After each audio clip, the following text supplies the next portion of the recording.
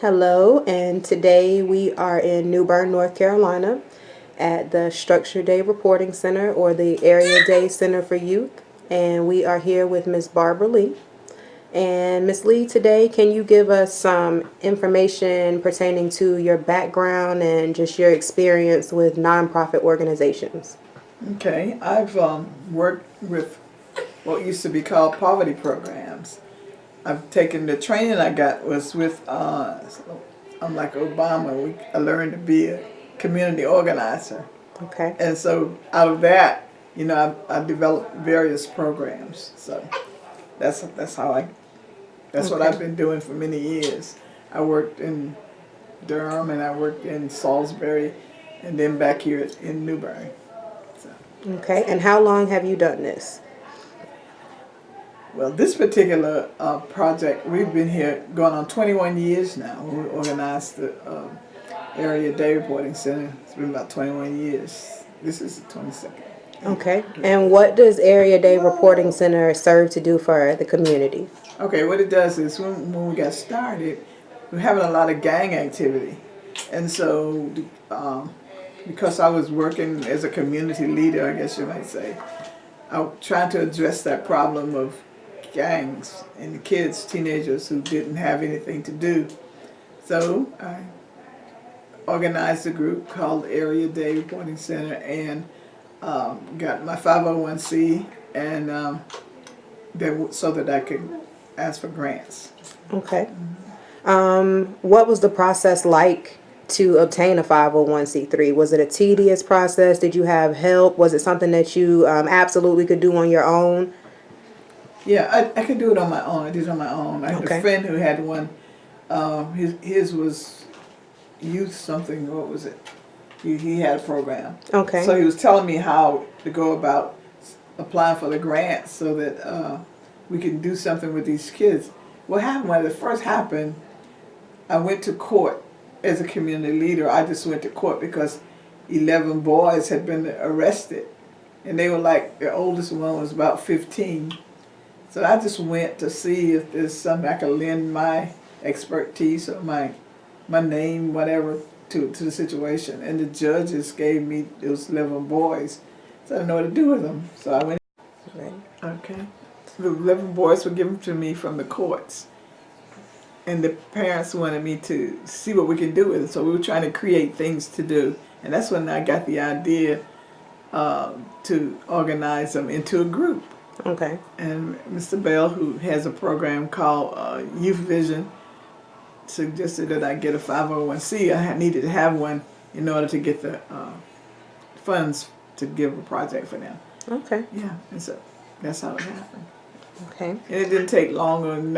It's not like it is now. There's probably a lot of, you have to go through to get a 501c. It costs very costly, but it wasn't. I don't think it cost but $125. I think it's actually around the same thing now to still file with the Secretary of State, about $125. So that's good. Yeah. The cost hasn't changed, but the paperwork may have changed Yeah. a bit.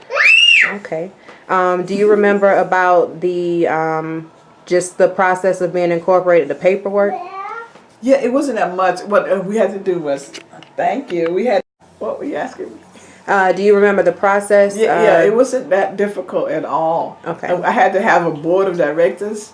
So, I have friends, I just put their name down and name on the board of directors. And so that's all I had to have. And then submit that information, kind of your purpose, what you're going to do, and Right. everything like that. What kind of 501c3 that you want to have. So. Okay.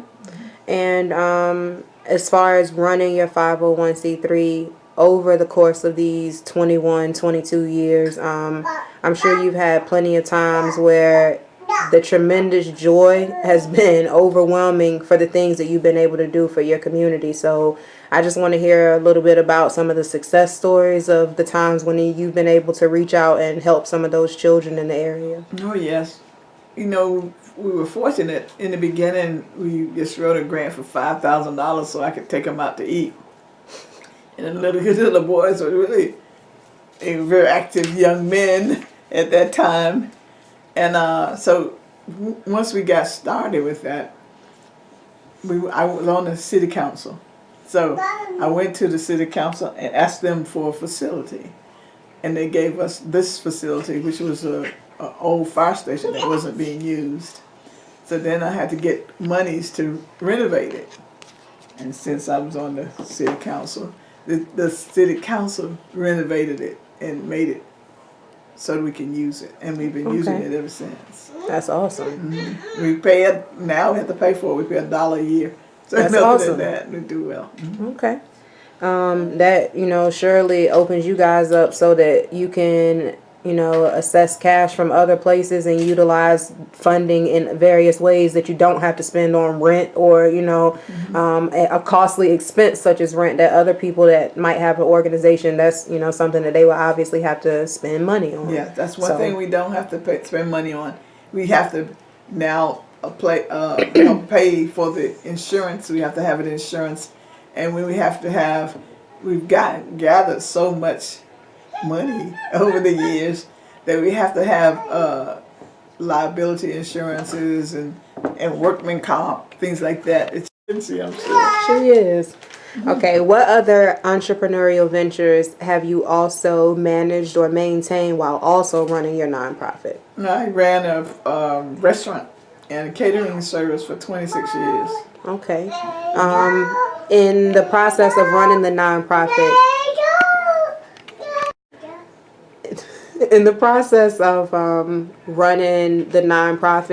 how was it to also maintain other entrepreneurial ventures?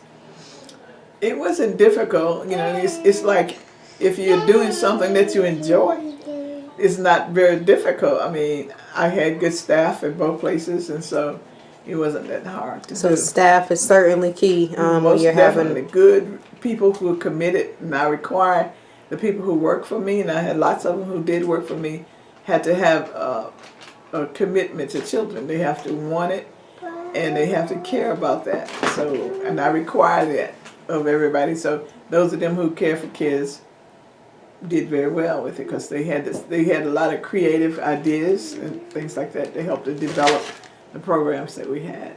In my restaurant, I had very good cooks and somebody else managers that thought they could cook better than I. And so it went very well. Okay. The only advice I would give to anyone who wanted to go into business is to make sure they have a good plan. Okay. And make sure that they've already planned what they're going to do. They've tried to gather some resources like funds so that they can sustain the slow time. Right. I probably, while I was running my restaurant, before I started running the area day, I used to work with Head Start. So I took that money and put it into my business as well as my husband. So, we were able to sustain the restaurant until it got going. And when it got going, it did very well. And would you ever go back and change anything different? If you could ever go back and get you a 9-to-5 job, would you choose that, or would you still choose the entrepreneurial ventures that you chose? Entrepreneur, no, I don't think they'll fire me the first couple of days if I work with them. I've always worked in the supervisory capacity somewhat. Even when I worked for Head Start and when I worked with as a community action organizer throughout the state of North Carolina, I was like independent of myself. So. Okay. Well, I thank you for your time today. Again, ladies and gentlemen, this is Ms. Barbara Lee from Area Day Reporting Center from New Bern, North Carolina. And we are very grateful to have her advice for future business owners, and I hope she helps each and every one of you. Thank you. Good.